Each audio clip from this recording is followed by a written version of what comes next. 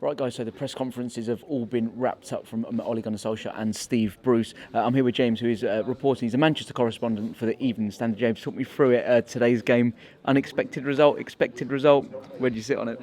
Yeah, I think the most worrying thing is that it wasn't unexpected. Right now, you're looking almost week by week and thinking that looks like another tricky fixture for United. It is no longer a surprise when they drop points, particularly away from home. You know, that's now 11 games in which they've failed to win away from home. And it says everything when you come into a game against Newcastle, who started the day second from bottom, lost 5-0 last week, and you're thinking, can United win? And when you watch that 90 minutes, I don't think United deserve to win. Obviously now we've got the international break. Ollie said in his press conference he's kind of welcomed it. Maybe it's a chance to regroup. What can he potentially do though in that space of time that's going to dramatically change, or even change things slightly? Because we've not seen anything in recent weeks gone by where the players have kind of picked themselves up or kind of looking a bit sorry for themselves out there. Yeah, I think the big change will be, hopefully for him, getting players back fit. You know, you can't ignore the fact that they do have a lot of injuries at the moment. That's plain for everyone to see. You know, there's no Pogba out there today, no Martial, no Lingard. You know, these are players who make a difference. Likewise, Wan-Bissaka. Tactically, it was interesting that he alluded to maybe tweaking that and maybe accepting that it hasn't worked so far this season. It is only 8 games, but yeah, you would say, look, apart from the Chelsea game, first half against Wolves, when it looked like his tactical plan was spot on, since then we've not seen it. And I think the big problem, United's problem, is that teams have seemed to suss them out during games and then they've not really had a second gear to go to. And that's the problem, I suppose, for a lot of Manchester United fans who say there's no plan B at the moment. Teams seem to just kind of shut up shop. And today I saw Newcastle playing they had 5 at the back and then a bank of 4, and Marcus Rashford looking like that lonely figure again up top.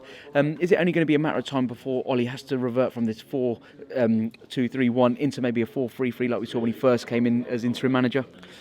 Well, I'm not entirely sure that would work. You know, it's about personnel, isn't it? Yeah. And he's gone into the season.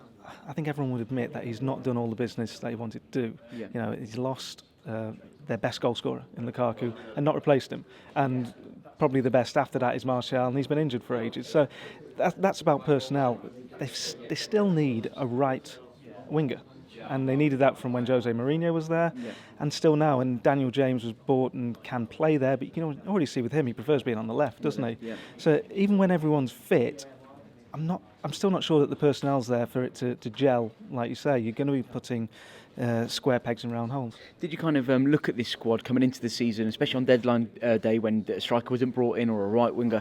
Did you fear for the team, thinking that as soon as there is a run of games and there would be a fixture build-up with the EFL Trophy, Europa League starting, when injuries do set in, that the team would struggle, where almost we're reliant on the youngsters to come off the bench now rather than feeding them in a way that Ollie probably would have liked if he had a stronger or in-depth squad?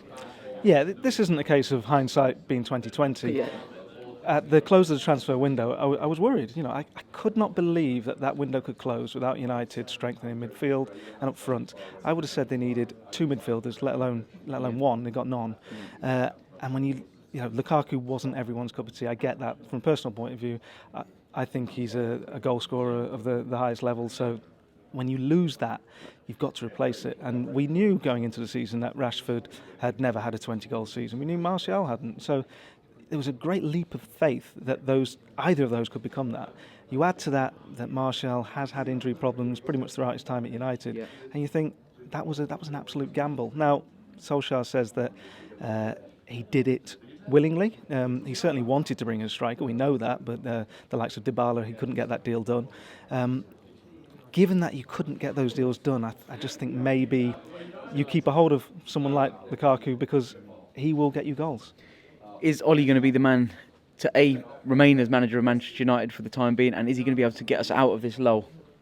Well, all the noises coming from the club is that this is a long-term project, that there will be no knee-jerk reaction, and Solskjaer is the man who they've put their faith in. So I expect them to stick with that. You know, if you're planning for the long term, you can't suddenly jump to one decision after 8 games. But time will tell whether he can turn it around. See what happens after the international break. James, thank you so much for your time. Thank you very much. Thank you. Big shout out, guys, to the friends and partners of the channel at Duck and Cover. You can check out the project range in the link of the description of this video.